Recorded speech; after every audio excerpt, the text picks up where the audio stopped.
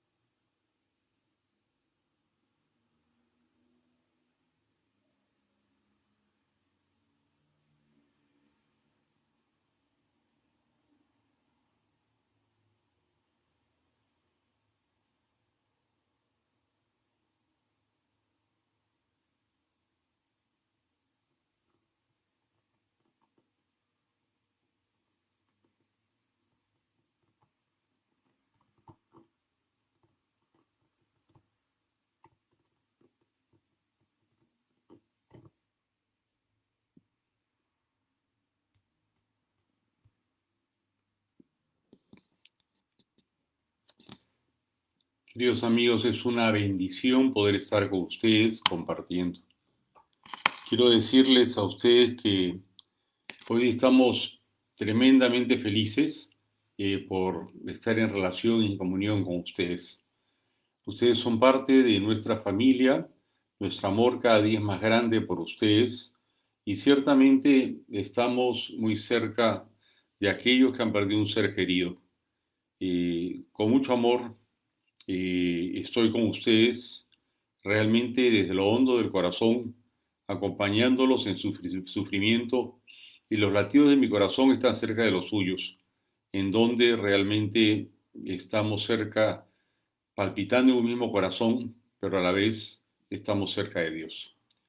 Hoy día me han pedido que hablemos sobre el tema del triduo pascual, un poquito como preparándonos para entender qué cosa es lo que va a pasar en esta Semana Santa.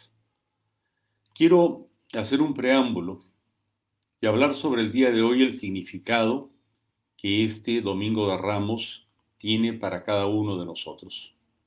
No es parte del tríodo pascual, sin embargo es un momento fuerte con el cual comenzamos nosotros la Semana Santa. Con el Domingo de Ramos damos inicios a los momentos fuertes de Semana Santa. La Iglesia nos presenta para esta ocasión el relato de la entrada de Jesús en Jerusalén y en la misa hemos meditado, los que hemos ido a misa, la pasión de nuestro Señor Jesucristo. Nosotros vemos que el Domingo de Ramos es el momento, de alguna manera, de gloria. Jesús abiertamente se deja decir que es el Mesías. Si ustedes se acuerdan, Cuando Jesús realizaba un milagro decía, no se lo digas a nadie, no se lo cuentes a nadie. Hoy día Jesús no tiene ningún problema de decir que Él es el Mesías, aquel que ha venido a liberar al pueblo y abrirle las puertas del cielo. Desde Betania, acompañado por muchos de sus discípulos, el Señor emprende camino a Jerusalén. Y digo Betania, ¿por qué? Porque en Betania es el lugar donde Él se encontraba normalmente en la casa de Marta, María y Lázaro, y estaba con aquellos que eran seguidores suyos. La palabra Betania etimológicamente significa el lugar de las palmas. Entonces eso ciertamente es importante. Las palmas salen de Betania, se sube a una cuesta y luego de bajar la cuesta se va a un sitio que se llama el Monte de los Olivos. Entonces los olivos que nosotros tenemos para el momento de Betania ciertamente son del Monte de los Olivos y Betania, que significa el lugar de las datileras o el lugar de las palmas, es el sitio de donde parte la procesión para entrar de forma victoriosa en Jerusalén. Este acontecimiento se va a dar 5 días con anterioridad a la Pascua. Podemos decir, por lo tanto, que de alguna manera hay una relación entre la entrada de Jesús en Betania, de Betania en Jerusalén, y vemos nosotros que se va a dar con 5 días de anterioridad, nada más. ¿Y cómo entra el Señor en Jerusalén? En primer lugar, Jesús entra en un borrico que nadie había montado todavía. ¿Y saben por qué? Porque Él sabe que Él es rey.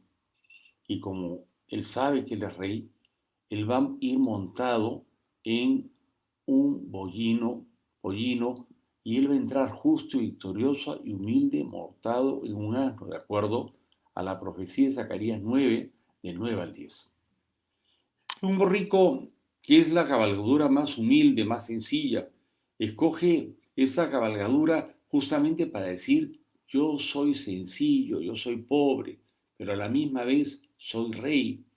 Y vemos nosotros que el Señor ve a toda la gente que proclama su mesianidad y vemos nosotros que el Señor se muestra con una actitud mansa y sencilla.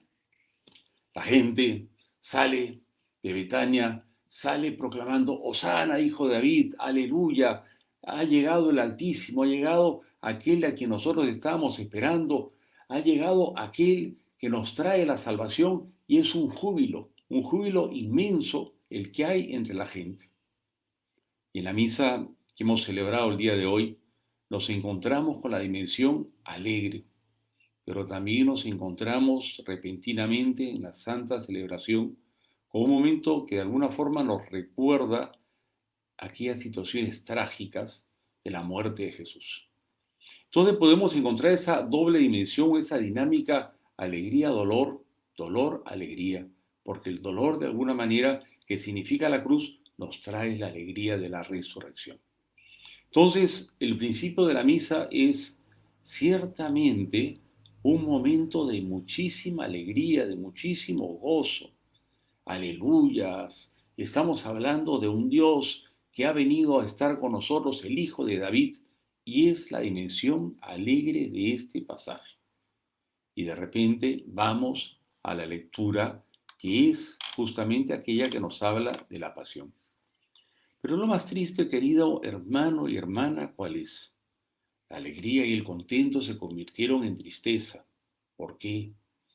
Porque la gente, en lugar de ser fiel al Señor, lo va a traicionar.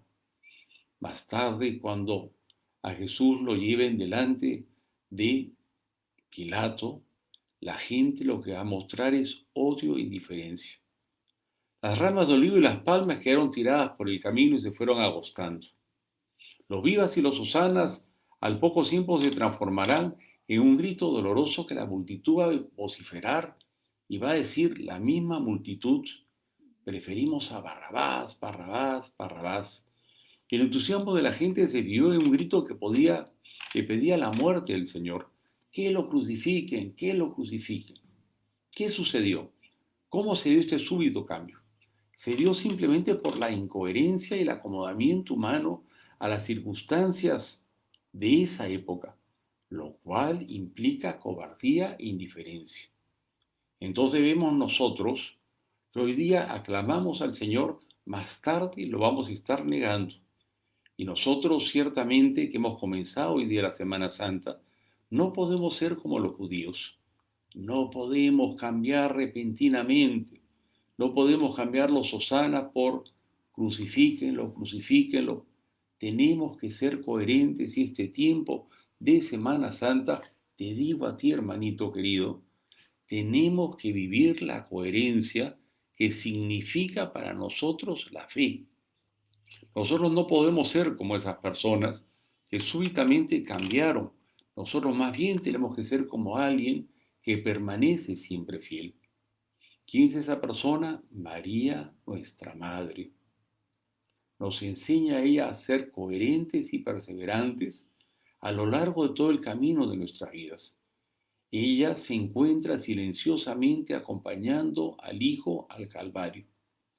Es ella la que proclama los hosanas, que es el hijo de David. Ella sabe perfectamente quién es San José, descendiente de David, conoce perfectamente todas las profecías, pero a la vez, cuando prenden a su hijo, es aquella que va a estar por las calles de Jerusalén, acompañándolo silenciosamente.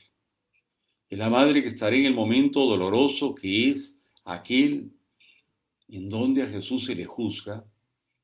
A mí me impresiona muchísimo de esta película de Mel Gibson, eh, el momento que está cuando a Cristo le tiran los latigazos, la pasión de Mel Gibson, esta película. Ella ciertamente vive los momentos dolorosos, ahí está. En la película ella va con un paño y recoge la sangre que ha sido derramada en el suelo después de los latigazos de Cristo, porque María es aquella que está con Jesús. No cambia, tiene una coherencia de vida. Es aquella que en el Vía Crucis estará ahí, lo dice la Escritura. Ella con las mujeres estará ahí, no da las espaldas al sufrimiento.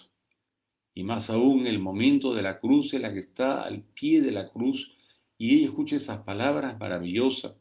Mujer, he ahí a tu hijo, hijo, he ahí a tu madre. Ella está ahí. Yo quiero hoy día, de verdad, hermanos, decirles que esta Semana Santa no sea tiempo de traicionar al Señor. Y se los digo de verdad. No podemos ser de los que celebramos el Domingo de Ramos con alegría, con júbilo, y después nosotros con nuestras incoherencias y traiciones personales, al final terminamos nosotros llevando a Jesús a la muerte, a la pasión, y eso no puede ser. Pascal, un pensador que es un filósofo y un matemático, decía, de todas las gotas que Cristo derramó en la cruz, una lleva tu nombre propio, el mío. Por nosotros murió, por nuestros pecados. Definitivamente hay un elemento pasional y ese elemento pasional va a estar relacionado contigo y conmigo. Vamos a encontrar que en la pasión del Señor hay, de alguna manera, también traición. Y vemos que muchos discípulos lo traicionaron. El único que estuvo al pie de la cruz, ¿quién fue? Juan. Judas, uno de los que estaba con él, lo cambió por 13 monedas de plata. Pedro, el jefe de los apóstoles, lo negó 3 veces antes que cante el gallo. Los demás se morían de miedo y estaban aterrados, metidos en un cuarto. Y cuando lo vieron a Jesús pensaban que era un fantasma y saltaron de miedo porque no creían en la resurrección. Entonces vemos nosotros que salvo un discípulo, Juan, todos los demás fueron cobardes. Y hoy día te quiero invitar a ti a que vivamos esta Semana Santa, la vivamos de verdad y vivamos el Triduo Pascual. Y voy a hablar primero de una manera litúrgica. ¿Qué cosa significa el Santo Triduo Pascual? El Santo Triduo Pascual va a estar dirigido fundamentalmente a 3 días. El Jueves Santo, el Viernes de Pasión y el día de la Resurrección, que es la Pascua, el sábado y el domingo. Entonces la palabra triduo viene de 3. Podríamos decir que es una especie de biombo que tiene tres partes. Y podríamos decir que es un biombo que constituye una sola realidad, o un tríptico que constituye una sola realidad. Toda la palabra triduo significa este conjunto de la última cena, la traición, el viernes de la pasión y la resurrección del día sábado en la noche con la vigilia o el domingo ya con la Pascua. Sin embargo, quiero decir que muchas veces nosotros, tú y yo, podemos estar de alguna manera confundidos. ¿Por qué? Porque la misma palabra triduo se usa para la fiesta de los santos. El triduo, que son los 3 días antes de la fiesta del santo, y ustedes han participado de muchos triduos, ¿qué cosa significa? Es el momento a través del cual nos preparamos para poder celebrar la fiesta. Entonces eso significa triduo. Los católicos, cuando celebramos a un santo, no sé, o celebramos, por ejemplo, vamos a decir a Santa Rosa de Lima, se hace una novena y se hace después un triduo. Entonces vemos, nosotros nos preparamos 9 días o nos preparamos 3, el triduo. Pero este triduo de la Semana Santa no tiene esas características. Muchas veces la palabra triduo sugiere preparación, que nos preparamos para la fiesta del santo, 3 días de oración en su honor, o pedimos una gracia especial mediante un triduo a través de plegarias de intercesión. En este caso no significa eso. El triduo pascual se consideran como 3 días de preparación para la fiesta de la Pascua. No, el triduo pascual constituye una unidad, es decir, 3 días que significan lo mismo. El triduo se presenta no como un tiempo de preparación, sino como una sola cosa con la Pascua. Es la última cena, es la pasión y a la misma vez estamos celebrando la Pascua. Es un triduo de pasión y resurrección que abarca la totalidad del misterio pascual. Así se expresa en el calendario. Cristo redimió al género humano y dio perfecta gloria a Dios principalmente a través de su misterio pascual. Muriendo destruyó la muerte y resucitando restauró la vida. El triduo pascual de la pasión y resurrección de Cristo es, por lo tanto, la culminación de todo el año litúrgico. Y vamos a hablar de la duración de ese triduo. El triduo comienza con el Jueves Santo, con la misa vespertina de la Cena del Señor. Alcanza su cima el viernes con la celebración de la Pasión de Cristo y se cierra con las vísperas el día domingo con la Pascua, que es el día de la vigilia pascual. Esta unificación de la celebración pascual es más de acorde con el espíritu del Nuevo Testamento y la tradición cristiana primitiva. El mismo Cristo, cuando aludía a su pasión y muerte, nunca disociaba la pasión y la muerte de la resurrección. Y vemos nosotros, por ejemplo, si ustedes se acuerdan, en el momento de la transfiguración de que conversaban con Moisés y Elías de la pasión, muerte y resurrección. Y el mismo evangelio del miércoles de la segunda semana de Cuaresma decía que él hablaba que lo condenarían a muerte, lo entregarían a los gentiles para que se burlen de él, lo azoten, lo crucifiquen y al tercer día resucitará. Por lo tanto, estamos hablando de 3 momentos especiales: jueves, viernes, sábado. Jueves, el centro está en la última cena; viernes, la fuerza está en la cruz; y luego de eso tenemos nosotros el momento de la resurrección. Por lo tanto, es lo que significa este triduo. Vemos nosotros que San Ambrosio y San Agustín, que eran muy amigos entre ellos, San Ambrosio convierte a San Agustín, ellos hablan sobre la palabra triduo por primera vez. Hablan sobre los 3 días. El obispo de Milán, que era San Ambrosio, decía triduum illum sacrum, palabras raras en latín, pero decía que eran los 3 días sagrados, los 3 días en los cuales sufrió Jesús, estuvo en la tumba y resucitó. Los 3 días a los que se refiere, dicen, son los días en los cuales, vamos a hacer la alusión a las palabras de Jesús, se destruye el templo y después será reedificado. 3 días que constituyen una unidad. San Agustín en una de sus cartas se refiere a ellos como los tres sacratísimos días de la crucifixión, sepultura y resurrección de Cristo. Por lo tanto, estamos nosotros hablando de 3 días que comienzan con la misa vespertina del Jueves Santo y concluyen con la oración de víspera del domingo de Pascua y forman una unidad. Y así deben ser considerados. Por consiguiente, la Pascua cristiana consiste especialmente en la celebración de estos 3 días, de estas 3 fases, de este tríptico o de este biombo, como decíamos hace un rato. Interesa saber que tanto el viernes como el sábado santo oficialmente no forman de la parte de la cuaresma, no son parte de la cuaresma.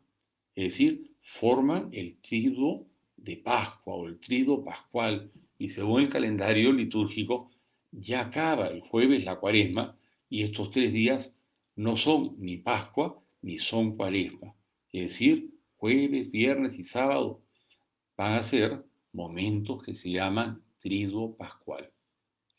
Quizás amigos les he hecho una explicación que podría parecer un poco teórica. Sí, es verdad.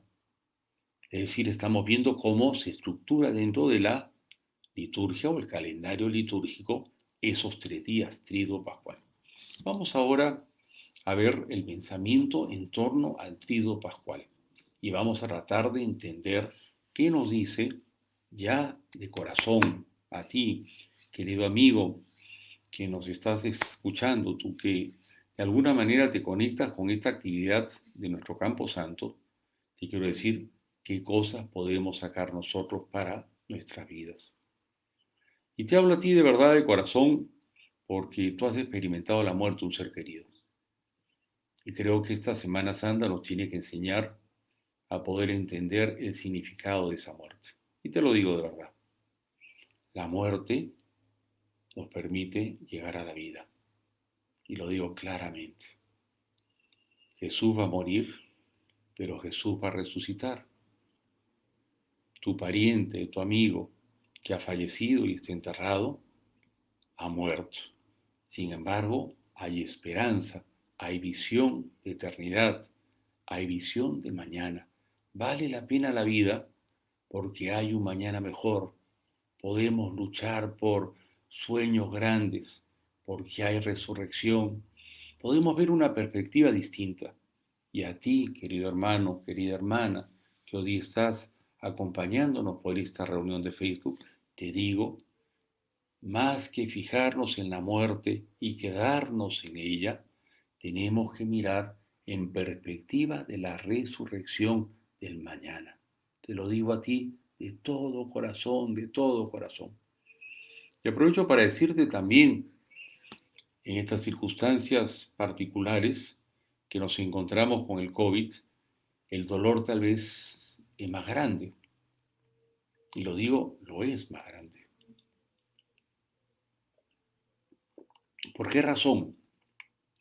Porque estamos encerrados en nuestras casas. El gobierno ha dado normas para cuidarnos. No quiero criticar al gobierno por eso. Y nos dice, quédense en su casa.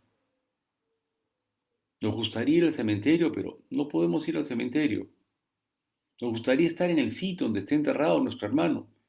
Sin embargo, hoy día domingo yo no he pisado la calle. No puedo pisar la calle. ¿Por qué razón? Porque tenemos que cuidarnos y el dolor de la muerte de un ser querido, que a lo mejor ese ser querido ha muerto también de COVID, de alguna manera para cuidarnos tenemos nosotros que a lo mejor dejar de ir al cementerio. Más bien, no tenemos que ir al cementerio. Eso nos da más dolor. El tema de la cruz se hace más grande. El tema de la cruz es más doloroso ahora. Mi familia por lo menos se ha contagiado de COVID, yo no sé si la tuya, la mía sí. Entonces, tenemos el dolor y la opresión del corazón de ver a los nuestros, a los que queremos, sufriendo, cruz, muerte. Pero por otro lado, tenemos que tener esa visión de esperanza, porque de esta cosa mala nosotros podemos sacar una cosa buena. Y quiero decirte que eso es lo que estamos viviendo nosotros ahora en este tiempo. Vamos ahora a tratar de entender qué nos dice. nos dice que el dolor no solamente que el dolor es seguido por el gozo, pero más aún, el mismo dolor tiene en sí el gozo. El día viernes, cuando levante la cruz y la levante delante de todo el mundo en la iglesia, que serán uno o dos en esta misa, yo estoy por si acaso en Ica, en la ciudad, en Chincha, en la ciudad que tiene más COVID del Perú, no estoy en Lima ni en Arequipa, y obviamente estamos nosotros 100% clausurados, por lo tanto yo voy a tener una misa con bien poquita gente. Pero ¿qué voy a decir? Mirad el árbol de la cruz, donde estuvo clavada la salvación del mundo. Esas son las palabras del sacerdote cuando ingresa con la cruz en las manos. ¿Qué estoy diciendo? Mirad el árbol de la cruz donde estuvo clavada la salvación del mundo. ¿Qué cosa les quiero decir con estos hermanos? Les estoy diciendo que hay cruz y la cruz no es bonita, pero esa cruz es redentora, esa cruz nos da la salvación. Es decir, en algún sentido, el instrumento de tortura, la cruz, yo tengo mi cruz acá, no sé si la podrán ver, ese instrumento que lo quiero como mi alma, esta cruz, que fue un instrumento de tortura para los romanos, se convirtió en símbolo de esperanza para mí. Esta cruz se convirtió en símbolo de salvación para nosotros. Esta cruz en sí trae un gozo, en sí trae una visión distinta. Mirad el árbol de la cruz donde estuvo clavada la salvación del mundo. La palabra salvación viene de esta cruz. También nosotros cantamos en Semana Santa otro canto. Victoria, tú reinarás, oh cruz, tú nos salvarás. ¿No es verdad? Victoria, tú reinarás, oh cruz, tú nos salvarás. Es decir, victoria, tú reinas, cruz, tú nos salvas. Que es un canto que nosotros solemos ponerlo el día viernes de pasión. Entonces esta cruz se convertirá en motivo de salvación para nosotros, de gozo. Es decir, Jesús expresó eso en la última cena. Vosotros os entristecéis, pero vuestra tristeza se cambiará en alegría. Parece como si el dolor fuese uno de los ingredientes imprescindibles para forjar la alegría. Voy a hacer un par de comparaciones que me parecen importantes. A lo mejor muchas señoras que son madres me están escuchando. Y voy a usar la metáfora de la mujer. La mujer cuando tiene dolores de parto dice, caramba, qué dolor, qué cosa para más terrible. Nosotros los hombres no podemos comprender la dimensión del dolor que ustedes como mujeres tienen.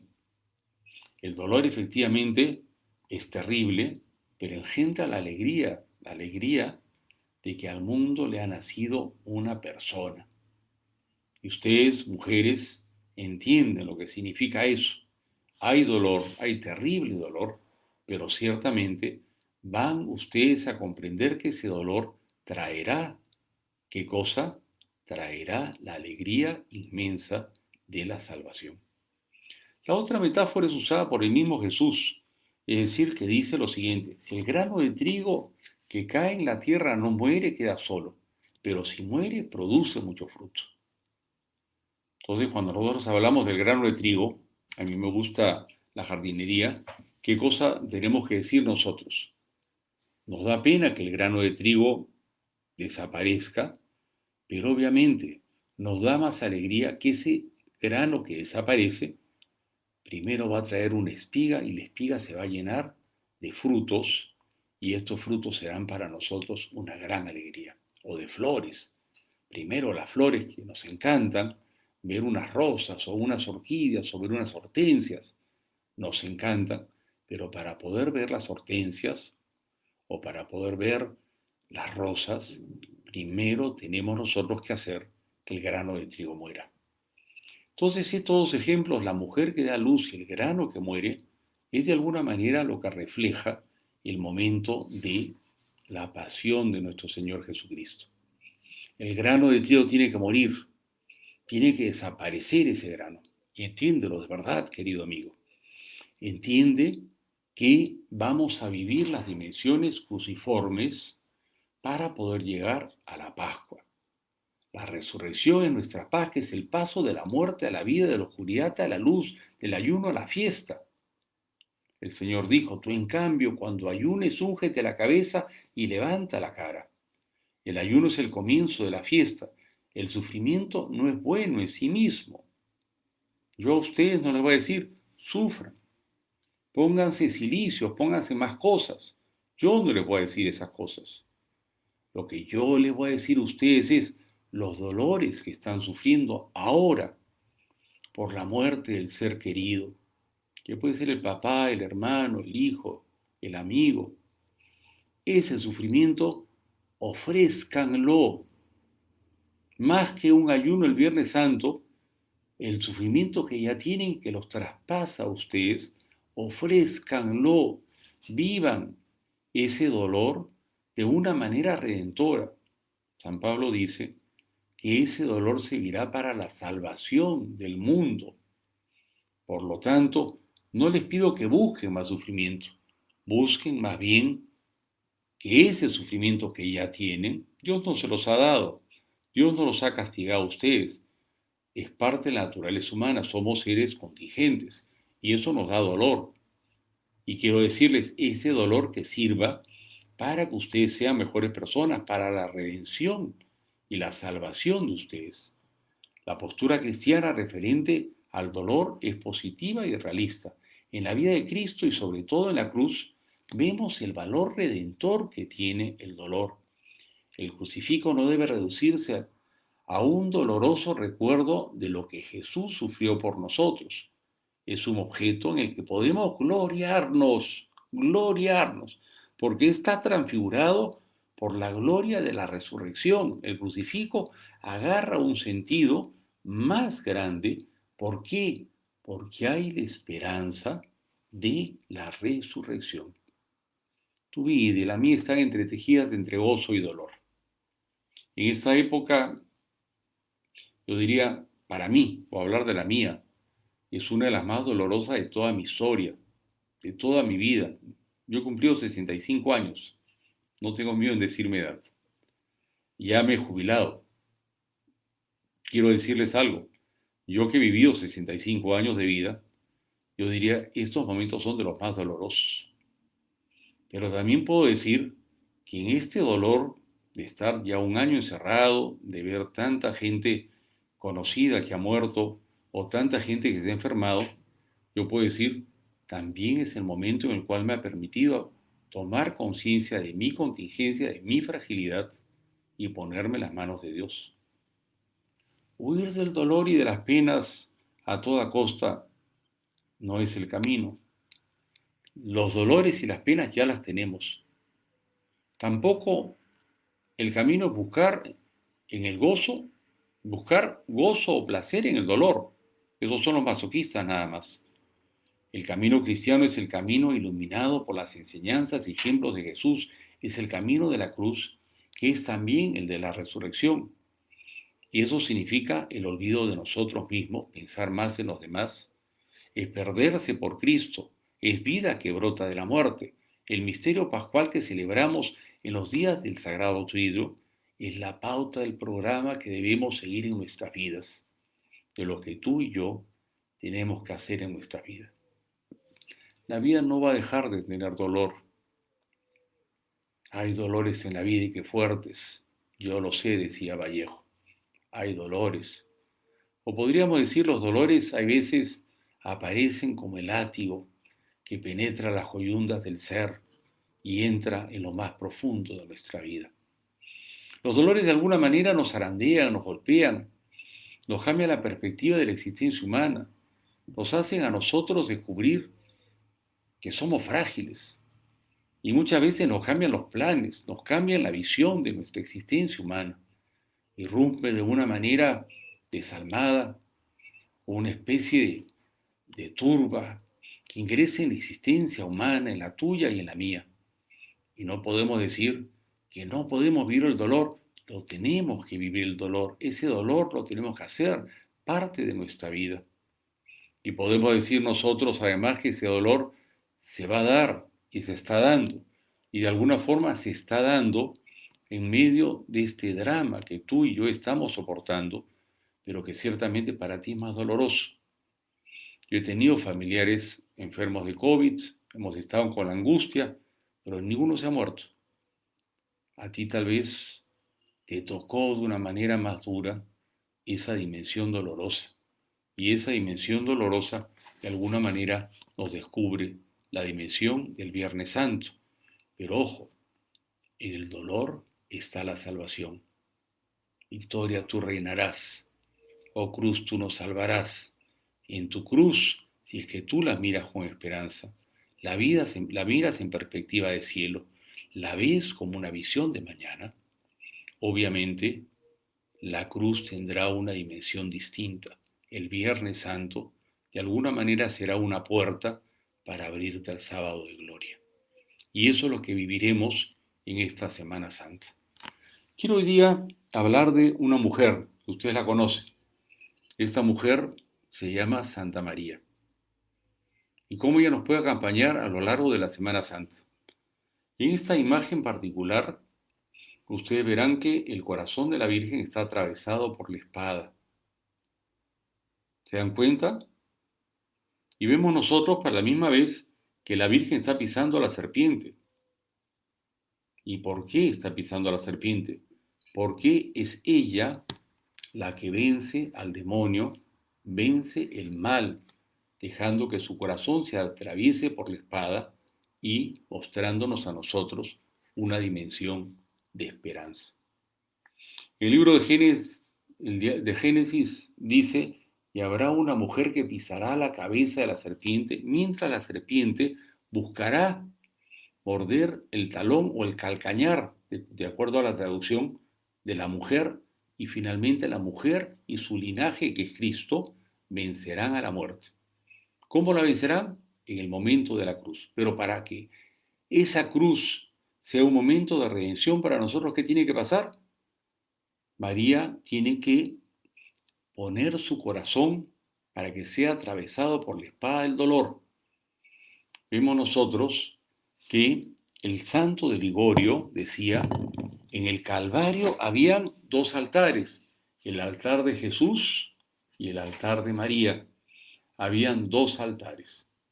Entonces hoy día va a ser María la que de alguna manera nos va a enseñar a caminar a través del Triduo Pascual. Tenemos que acompañar a María en este trance con nuestros dolores también. Tenemos que caminar junto con ella en el Vía Crucis. Ella estaba en el Vía Crucis. El Vía Crucis comienza cerca del lugar donde Pilatos condena a Jesús y se camina por las calles de Jerusalén. Y en uno de los momentos de la calle Jerusalén, ¿qué cosa sucede? Ahí está María. María está ahí. Y María, la mujer fuerte, el Stabat Mater dolorosa, habla de la mujer fuerte. La mujer fuerte está ahí, entregando a su hijo, sufriendo con el corazón atravesado por la espada. Pero ¿qué cosa es lo que hace? Ella está ahí. Como rezamos en el rosario, rezamos nosotros que a María está ahí. Entonamos muchas veces en el silencio de súplica y de perdón, entonamos a la Madre. María comparte el dolor íntimo de su hijo y espera, ella. Confía que el Señor es fiel a sus promesas y de esta espera paciente brota la alegría de la resurrección. El corazón de María, que lo veo acá y me conmuevo, ese corazón traspasado por la espada se convierte ahora para todos los cristianos en fuente de paz, de consuelo, de esperanza y de alegría. María se convierte así en el refugio de los pecadores que esperan ser sanados, redimidos y reconciliados. Es esta mujer, la Virgen María, la que de alguna manera nos acerca a la dimensión también de la esperanza, de ser sanados, de ser redimidos, de ser reconciliados. Es esta mujer, la Virgen María, la que está ahí. Y vemos las palabras de Cristo en la cruz, mujer, le dice a ella, mujer, he ahí a tu hijo, hijo, he ahí a tu madre. Y Juan, que estaba ahí al pie de la cruz junto a María, nos representaba a todos. Y María es en el madero de la cruz que se convierte en madre nuestra, en madre de todos los cristianos, y nos dice a nosotros, hijo, he ahí a tu madre. Y nos dice a ti y a mí que como hijos tenemos que tenerla a ella como madre. Ella es la madre de Jesús, madre nuestra, y ella, dejando que su corazón se atraviese por la espada, nos ha sanado, nos ha redimido, nos ha reconciliado. San Juan Pablo II decía estas palabras, las leo textualmente. Dice San Juan Pablo II, después de que Jesús es colocado en el sepulcro, María es la única que mantiene viva la llama de la fe, preparándose para acoger el anuncio gozoso y sorprendente de la resurrección. La espera que vive la Madre del Señor el sábado santo constituye uno de los momentos más altos de su fe. Qué lindas palabras, ¿no? La espera que vive la Madre del Señor el sábado santo constituye uno de los momentos más altos de su fe. En la oscuridad que envuelve el universo, ella confía plenamente en Dios, en el Dios de la vida. Y recordando las palabras de sus hijos, espera la realización plena de las promesas divinas. Qué lindas palabras de San Juan Pablo II. Y nos dice, María el día del sábado santo, en el momento oscuro, cuando Cristo está en la tumba, ella está con esperanza. Hoy día te digo las mismas palabras a ti, hermanito, hermanita que nos escuchas. Tienes que tener esas palabras de esperanza. Tienes que mirar a Dios con una perspectiva de vida, de mañana. Santa María por eso es bendita entre todas las mujeres, especialmente por su participación en el misterio de la reconciliación de Jesús. Y es la mujer de la esperanza y la verdadera alegría, pues puso toda su confianza en Él. Si nuestra Madre participó del misterio de la encarnación del Verbo, del sacrificio del Hijo en la cruz y del envío del Espíritu Santo en Pentecostés, fue por lo tanto probablemente testigo privilegiada de la resurrección de Cristo, completando así su participación en todos los momentos esenciales del misterio de la Pascua. María está ahí con el corazón doloroso. Nuestra Madre, al acoger en su vida al Hijo resucitado, también es signo de lo que la humanidad espera, el encuentro con el resucitado en la plenitud de los tiempos. Podemos decir pues que Santa María sufre, tiene el corazón atravesado, pero también tiene una llama en la parte de arriba. Este corazón tiene una llama. ¿La ven ahí? Más cerca, la llama. Esa llama significa la esperanza. Ella vive la esperanza y tiene la dicha de que Jesucristo resucita. Hay una tradición del siglo XIX, que es una tradición ortodoxa, que habla que a la primera que se le apareció Jesús es a Santa María. ¿Y por qué no salen en los evangelios o en las cartas? Porque no todos salen los evangelios en las cartas. Entonces esta tradición dice que a la primera, antes que María Magdalena, fue a la Virgen María que se le apareció Jesús, para decirle, he resucitado, he vencido a la muerte. Juan Pablo II en una reflexión dice, si fueron las mujeres las que estuvieron hasta el final, y María Magdalena, y María, la de Santiago, o sea, las tres Marías, estaban ahí, vemos nosotros que por qué no iba a estar María en el momento de la resurrección, que aparece a María Magdalena y las mujeres, incluyendo a María la de Santiago, pero no estaba María. ¿Y por qué no estaba María? Porque probablemente a María se le apareció en su casa. Ella, la sierva humilde y dócil, la mujer fuerte de la esperanza, ha hecho de su corazón una escuela de fe. Entonces ella estaba esperando, tenía fe, y ciertamente ella recibe las bendiciones que son de Dios. En el tiempo pascual el pueblo de Dios se dirige a su madre y le invita a alegrarse. y vamos a poder rezar junto con ella. Reina del cielo, alégrate, aleluya, porque a Cristo ha resucitado según su palabra, aleluya.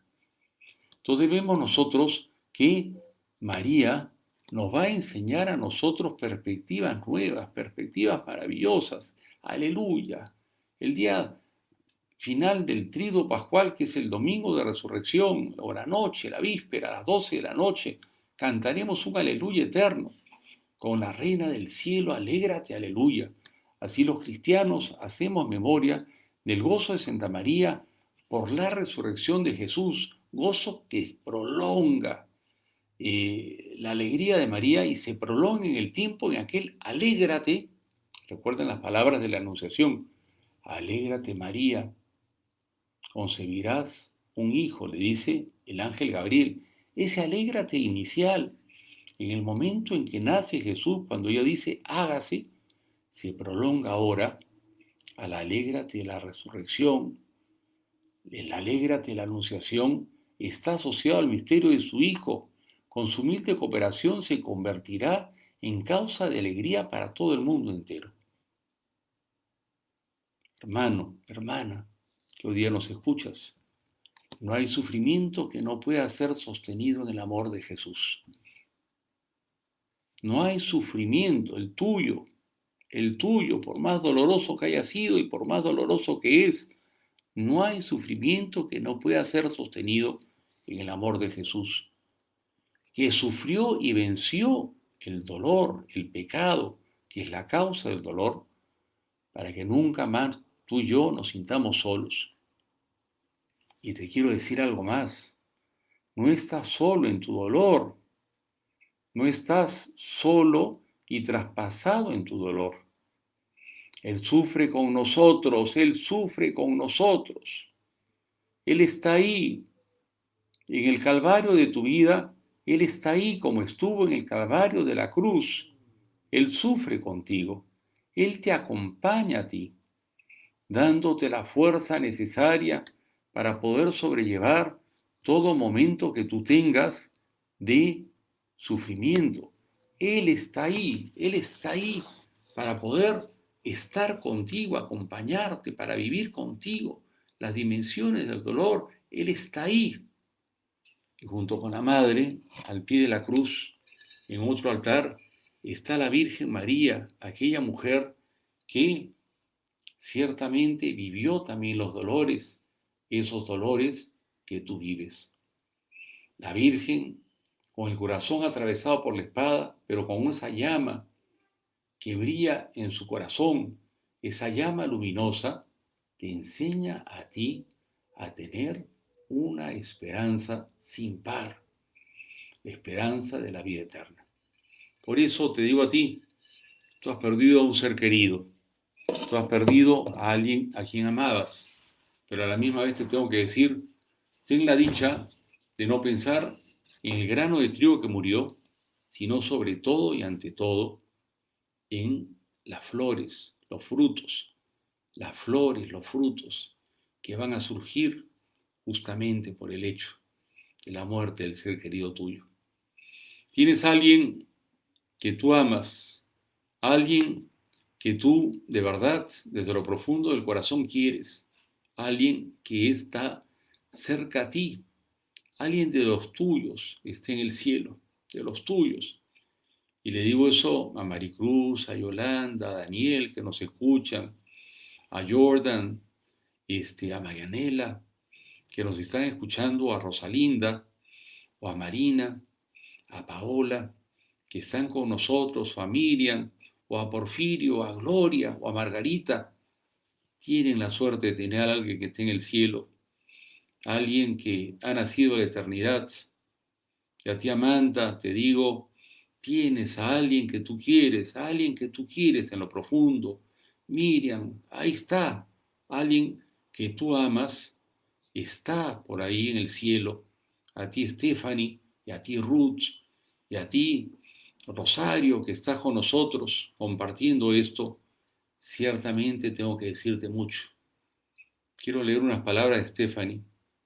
Todas las madres que han perdido a sus hijos saben lo que sufrió nuestra Madre la Virgen María, nos dice hoy día Stephanie.